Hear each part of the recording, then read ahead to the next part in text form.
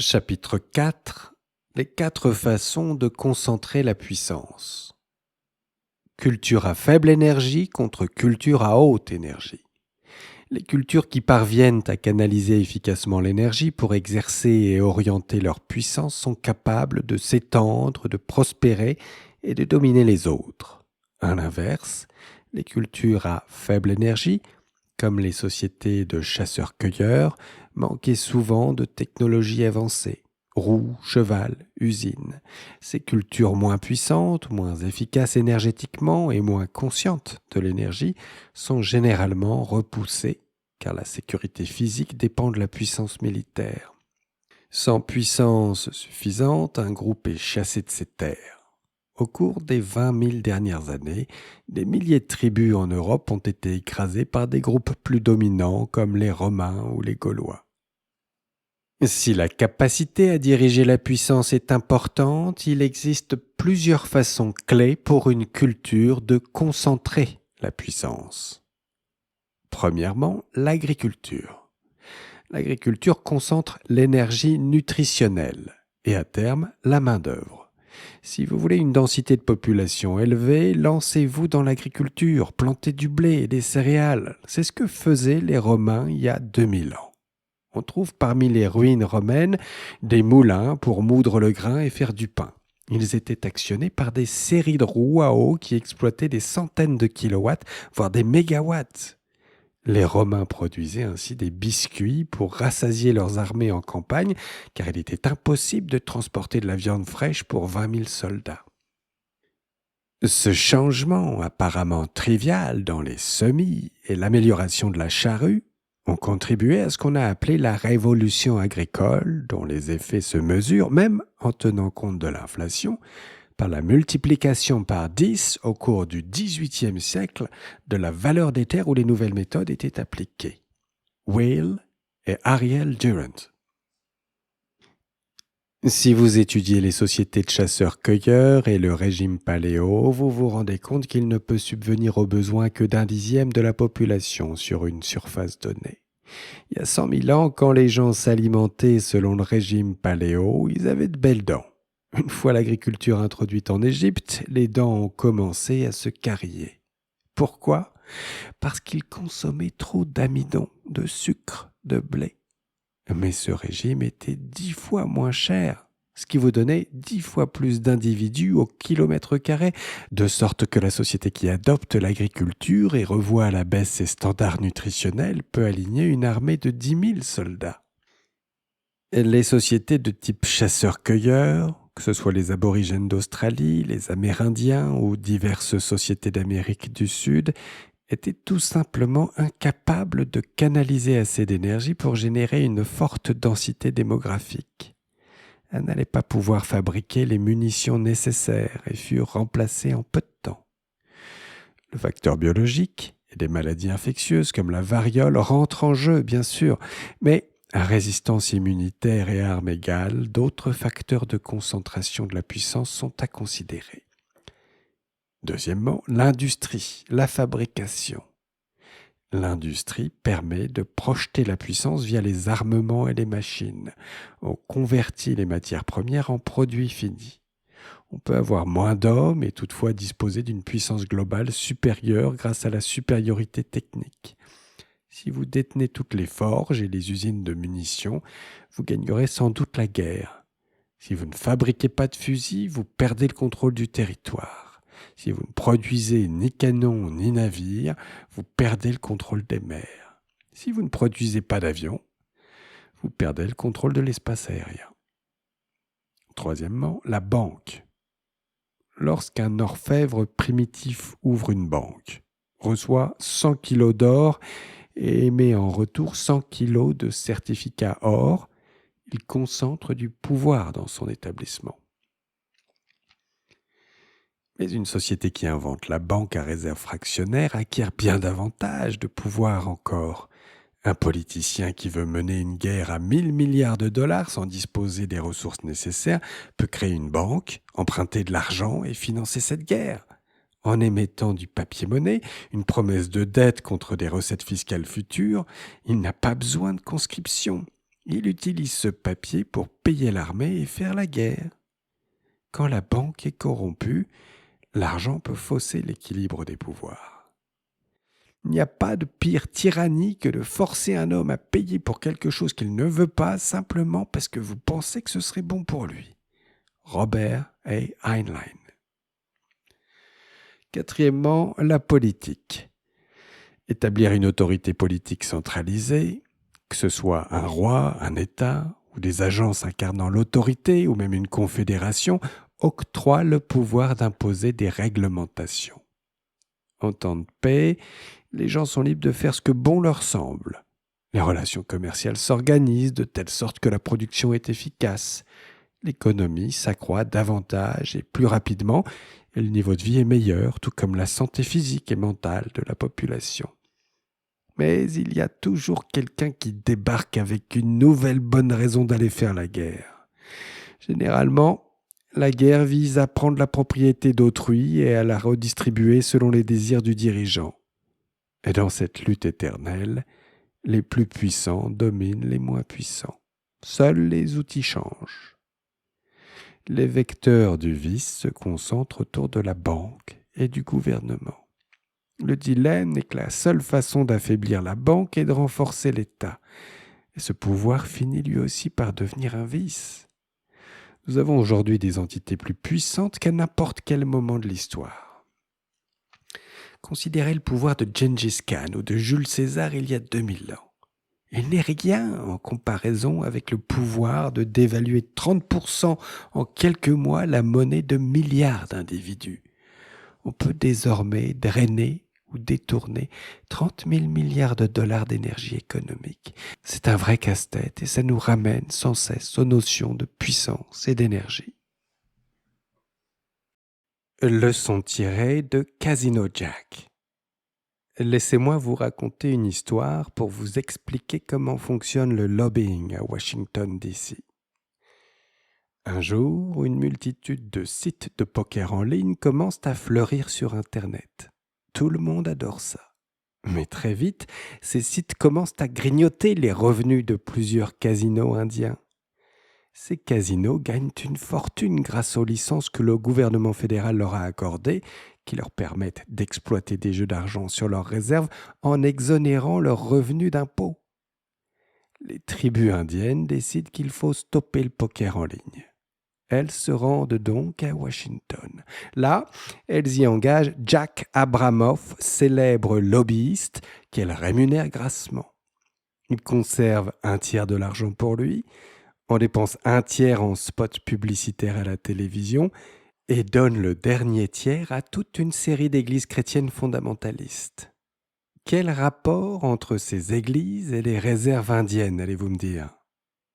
En apparence, aucun. Sauf qu'Abramoff les convainc de signer une lettre déclarant à peu près ceci. « Nous estimons que le jeu en ligne est une abomination aux yeux de Dieu. Cela corrompt la jeunesse américaine, ce n'est pas chrétien. » Cette lettre est publiée le jour même dans le New York Times, le Wall Street Journal et le Washington Post. Du jour au lendemain, ces organisations fondamentalistes commencent à faire du lobbying contre les jeux d'argent en ligne. Voici donc des organisations à but non lucratif, apparemment sans lien aucun avec le sujet, qui brandissent un argument moral bien précis.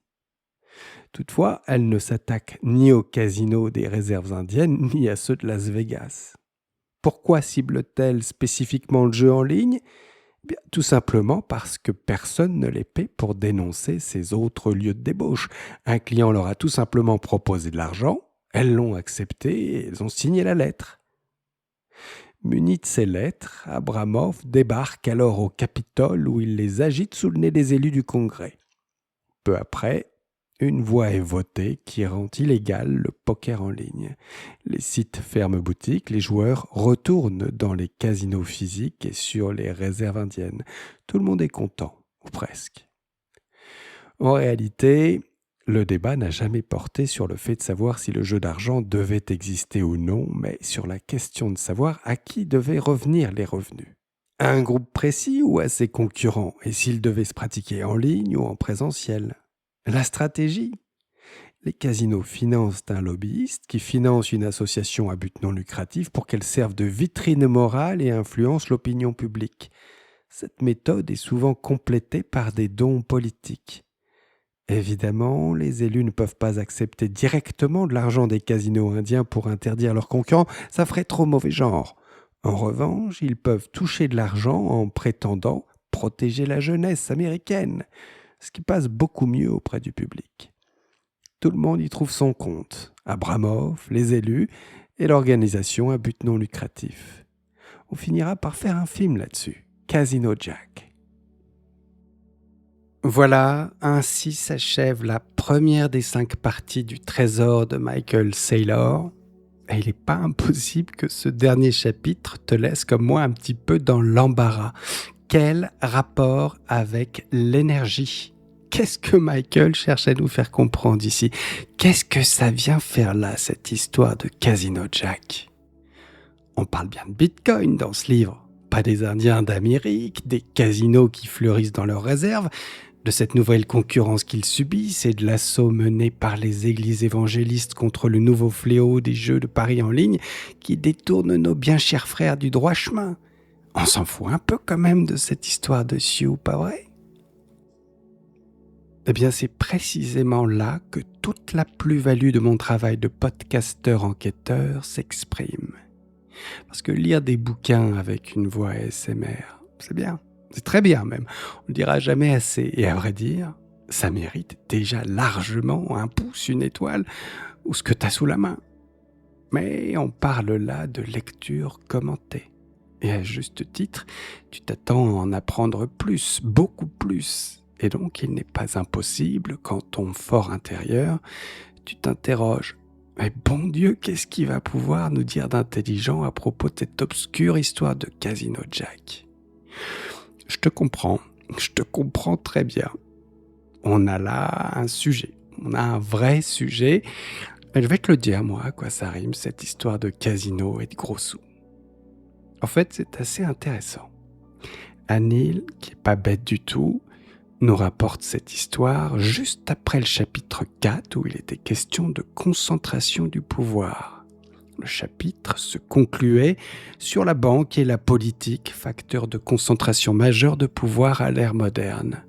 Et juste à la fin du chapitre, on trouve une illustration que je ne décris pas dans la lecture. Il s'agit du triangle de fer. Ah, qu'est-ce que le triangle de fer ? Eh bien, le voici. Le triangle de fer est un concept classique de sciences politiques d'origine américaine. Je le décris ici simplement pour ceux qui n'ont pas fait Sciences Po ou l'ENA. Il décrit les relations stables, mutuellement bénéfiques et très difficiles à briser entre 3 acteurs qui dominent l'élaboration et la mise en œuvre des politiques publiques dans un secteur donné. Les groupes d'intérêt, fédérations professionnelles, organisations fêtières, syndicats patronaux, associations sectorielles, lobbies, etc. Donc, les groupes d'intérêt. Deuxièmement, le Congrès, via ses comités législatifs. Et troisièmement, l'administration. Les ministères, les directions d'administration centrale, les agences gouvernementales, les hauts fonctionnaires. Ces 3 pôles forment un triangle de fer. Les liens sont solides et durables parce que chacun y trouve son compte. C'est un cercle vertueux pour les insiders, souvent défavorable aux nouveaux entrants, aux innovateurs et à l'intérêt général. Alors, comment ça fonctionne concrètement ? Eh bien, voici les principaux flux d'échanges. Les groupes d'intérêt apportent au Congrès un soutien électoral, contribution de campagne, mobilisation de voix, expertise et travail de lobbying. En retour, le Congrès vote des lois favorables aux groupes d'intérêt. Protection, subventions, allègements fiscaux, régulations laxistes. Le Congrès vote aussi le budget qui permet à l'administration de disposer des moyens nécessaires pour appliquer ces lois. Et les groupes d'intérêt exercent également une pression directe sur l'administration pour obtenir des faveurs, des licences, un assouplissement des contrôles ou des interprétations réglementaires avantageuses. Alors, l'administration, de son côté, fournit au Congrès de l'expertise technique et assure la mise en œuvre quotidienne des politiques, ce qui renforce sa propre importance. Alors, c'est exactement ce que montre l'histoire des casinos indiens et de Jack Abramoff. À propos, j'ai regardé le film hier, Casino Jack, avec une grosse performance de Kevin Spacey. Moi, personnellement, j'ai pas trouvé que c'était un super film, mais bon, ça reste un bon divertissement. Et donc, dans cette histoire, eh bien, on a effectivement des casinos indiens qui sont nos groupes d'intérêt déjà protégés par des licences fédérales, qui engagent un lobbyiste très influent, Jack Abramoff. Il finance des organisations chrétiennes pour monter une campagne morale contre le poker en ligne. Et cette pression leur permet d'obtenir de la part du Congrès une loi interdisant le poker en ligne aux États-Unis. L'administration, dans le cas présent les agences fédérales, applique ensuite cette loi, ce qui élimine les concurrents en ligne. Ok, tu vas peut-être me dire oui, mais quel bénéfice l'administration tire-t-elle de ce scénario ? Moi, c'est la question que je me suis posée. Alors, dans notre exemple de Casino Jack, l'administration gagne sur plusieurs plans. Et d'un point de vue rosbardien, elle dispose de motivations assez irrésistibles. Primo, elle gagne en pouvoir et en légitimité. En fait, en appliquant la nouvelle interdiction, les agences, que ce soit de justice ou du Trésor, vont étendre leur champ d'action et leur autorité réglementaire sur le secteur du jeu. Donc, elles deviennent encore plus indispensables. Deuxièmement, l'administration justifie son existence et ses moyens. Plus il y a de règles complexes à faire respecter, plus l'administration a besoin de budget, de personnel et de compétences. Donc, la loi votée par le Congrès lui donne du grain à moudre. Enfin, l'administration renforce sa position dans le triangle, en montrant qu'elle peut appliquer efficacement les lois voulues par le Congrès et soutenues par les groupes d'intérêt. Elle consolide ses relations avec les deux autres pôles. Ça lui permet d'obtenir plus facilement des augmentations de budget les années suivantes. Bonus, bénéfice en termes d'image publique. L'administration apparaît comme celle qui protège le public contre un danger moral, le jeu en ligne. Cela lui apporte un soutien politique indirect. Donc l'administration, c'est pas juste un exécutant passif comme je l'avais pensé de façon un peu précipitée. L'administration, elle tire profit de la complexité réglementaire que le triangle crée. Plus il y a de règles à faire appliquer, plus son rôle devient central et son pouvoir s'accroît. Est-ce que ça vous rappelle un pays en particulier ? Je sais pas, une figure géométrique assise à rête ? Bon, toujours est-il que Saylor fait référence à Casino Jack et au Triangle de Fer au cours d'une interview avec Preston Pysh en octobre 2022 sur le podcast The Investors Podcast, épisode BTC 099. Et au cours de cette conversation, il utilise cette histoire pour illustrer cette dynamique à l'œuvre dans les attaques que subit Bitcoin. Précisément à ce moment-là, une campagne de dénigrement orchestrée par Greenpeace, financée à hauteur de 5 millions de dollars par le chairman de Ripple, shitcoin s'il en est, et concurrent malheureux de Bitcoin. Et au cours de cet échange, Saylor explique que les critiques de la preuve de travail de Bitcoin traduisent pas juste des préoccupations environnementales sincères, mais qu'au contraire, elles ont bien souvent pour origine des groupes d'intérêt qui utilisent des prétextes moraux ou environnementaux, des ONG de façade et du lobbying pour pousser à la régulation ou à l'interdiction. Donc c'est point pour point le même playbook employé par les casinos physiques pour faire interdire le poker en ligne en utilisant des églises chrétiennes. C'est de la capture réglementaire via le triangle de fer. Et puis je me suis dit qu'en fait toute cette histoire elle fait aussi écho au célèbre tweet de Michael Saylor en 2013 je crois, qui déclarait en substance « Les jours de Bitcoin sont comptés. Il subira le même sort que les jeux de paris en ligne. » Sous-entendu, il va se faire interdire. Voilà, je me suis bien entretenu de tout cela avec Bastien Desteuc, directeur général de l'INBI, l'Institut national de Bitcoin, dont la devise est la France ne changera pas Bitcoin, mais Bitcoin changera la France. Alors, c'est pas une agence de lobbying, m'a expliqué Bastien. Non, non, non.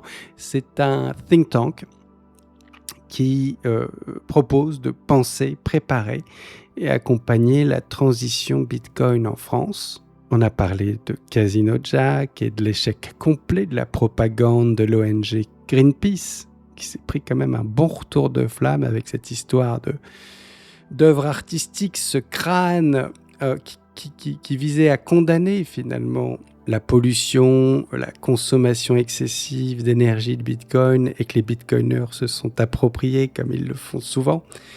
Et voilà, je te laisse en écouter un petit extrait. Lorsque Greenpeace en fait, a voulu lancer une campagne qui lui a complètement pété à la figure, quoi. Ouais. Parce que ils avaient payé un artiste pour faire le skull, là, le crâne. Ouais. Avec des cheminées, ça venait. Nucléaire, Ouais. Et au final, il y a eu un gros. Il y a une levée de boucliers, et notamment pas mal de gens assez intéressés sur les questions environnementales et sur Bitcoin. Daniel Batten en a fait, était un peu le fer de lance de cette.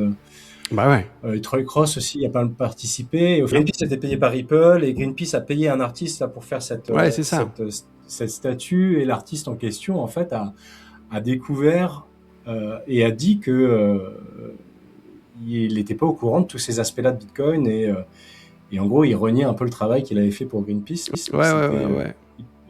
C'était hyper intéressant. Et d'ailleurs, la campagne, elle est complètement. Ils ont arrêté Greenpeace. Aujourd'hui, je suis directeur général de l'Institut national de Bitcoin, qui est une association et qui est une association qui n'a pas vocation à être un nouveau lobby d'acteurs de secteur, un lobby du minage comme certains peuvent le présenter par exemple. C'est parce que je pense que c'est pas exactement ce qu'on a besoin aujourd'hui, tu vois. Je pense pas qu'on ait besoin d'une organisation qui essaye de faire passer, tu vois, un petit amendement ou quelque chose. Je crois qu'on a surtout besoin en fait plutôt d'un think tank qui part du constat d'aujourd'hui on a une problématique. Alors nous on s'intéresse à 3 sujets, on s'intéresse à la monnaie, aux libertés, à l'énergie. Mais il se trouve que la problématique énergétique, en fait, je pense que c'est là où Bitcoin peut apporter une réponse de la manière la plus concrète aujourd'hui en France. C'est-à-dire que la monnaie, ça apporte une réponse, évidemment, Bitcoin, mais je crois qu'on est encore un petit peu loin aujourd'hui, tu vois, pour parler aux c'est politiquement et idéologiquement. C'est politiquement et idéologiquement peut-être un peu trop sensible à la différence de l'énergie, où là, il y a vraiment une problématique tangible, compréhensible par tous. C'est ça, exactement. C'est beaucoup plus concret aujourd'hui de dire on a des surplus, on a des surcapacités, on pourrait produire beaucoup plus d'électricité que ce que on le fait, sans dépenser plus d'argent, simplement avec les moyens de production qu'on a à notre disposition. Et on ne le fait pas, et ça a un coût. Et ça a un coût économique qu'on ne va plus pouvoir continuer à se permettre. Et donc, il nous faut trouver des solutions. Et qu'est-ce qu'il y a comme solution ? Il y a un ensemble de solutions, et le minage de Bitcoin en fait partie. Ok, eh bien, tu vois, je te conseille vivement cette interview avec Bastien, parce que bien sûr, il nous donne son avis d'énergéticien sur Saylor, mais il nous décrit aussi ce travail d'influence qu'il coordonne en France, un labeur d'éducation au Bitcoin, un vrai travail au corps à force de dialogue et de publication, un beau boulot de la part de l'INBI et consorts, Bitcoin Policy Office en tête. Et je dois dire que ça porte ses fruits. On note une évolution dans les postures au sommet des entreprises et des administrations. Les politiciens encore hésitants sur le sujet peuvent construire leur discours en prenant appui sur des analyses relativement neutres et factuelles. Et en fin de compte, via les médias, mainstream ou pas, l'opinion publique s'imprègne peu à peu de la réalité. Pour clore cet épisode, je voudrais partager avec toi une expérience toute récente, assez à propos. Je présentais Bitcoin à des institutionnels, je leur tenais un discours vrai qu'ils écoutaient, intéressés, jusqu'à ce que je prononce les mots « campagne de propagande contre Bitcoin ». Et là, instantanément, j'ai senti une grande gêne, comme une interférence, une friction. J'ai compris qu'utiliser ces termes, pour certains, c'est quasi inacceptable, car ça suggère une intention, une planification, une orchestration des moyens de nuire à un niveau institutionnel. Tu vois, il y a des termes comme ça qui passent plus ou moins bien selon les géographies et les générations. Mais le Gen X français de base me semble assez détendu sur la question. Beaucoup plus en tout cas que les jeunes générations pour lesquelles le terme propagande semble quasi exclusivement associé aux heures les plus sombres de notre histoire et donc proscrit pour décrire la banalité du quotidien. Alors je me trompe peut-être, je ne sais pas ce que tu en penses. En tout cas, mon interlocuteur m'a précisé ensuite son malaise en soulignant que le terme propagande renvoie aux notions de complot, de complotisme, de conspirationnisme, des termes ô combien ostracisés. C'est en suivant le conseil de Yorick de Montbine, que j'ai tout récemment interviewé, que j'ai dénoué dans mon esprit le trouble occasionné par la gêne de mon interlocuteur, Prosper en l'occurrence. En fait, c'est ça. Yorick m'a vivement encouragé à écouter le discours prononcé par Hans Hermann Hoppe en hommage de son mentor et ami Murray Rothbard à l'occasion de la célébration du 35e anniversaire du Mises Institute à New York le 7 octobre 2017. Je vous propose de conclure cet épisode avec de sages paroles tirées de ce discours. Hoppe y explique ce qu'il a appris de Rothbard concernant l'histoire révisionniste. Murray était un maître en la matière. À une époque où l'on n'avait pas accès aux ordinateurs, à Internet, ni aux moteurs de recherche comme Google, il fallait faire un travail de détective. Comme je l'ai appris de Murray, il faut aller au-delà des documents officiels, des grands médias, des grands noms, des stars académiques et des revues prestigieuses. En bref, tout ce qui est considéré comme respectable et politiquement correct. Il faut aussi, et surtout, prêter attention au travail des outsiders, des extrémistes et des exclus, c'est-à-dire des gens peu respectables ou déplorables, et à des publications obscures que l'on est censé ignorer ou même ne pas connaître. À ce jour, j'ai suivi ce conseil et j'y ai même pris plaisir. Et quiconque verrait ma liste de signés de sites web fréquemment visités serait probablement surpris, et tout représentant de l'establishment, qu'il soit de droite ou de gauche, en serait sans doute choqué et dégoûté. Avec cette perspective générale sur les choses, les révisionnistes comme Murray, et ensuite moi-même, dans ces pas, sont régulièrement accusés avec mépris d'être de vulgaires théoriciens du complot.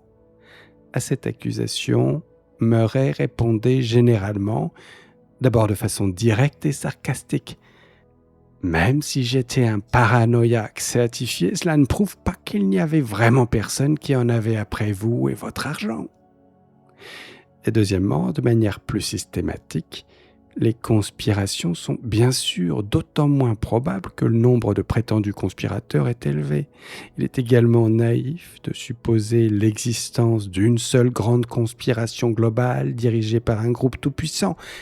Mais les conspirations, souvent rivales ou même contradictoires, c'est-à-dire les efforts confidentiels de divers groupes de personnes agissant de concert pour atteindre un objectif commun, sont bel et bien une caractéristique permanente de la réalité sociale.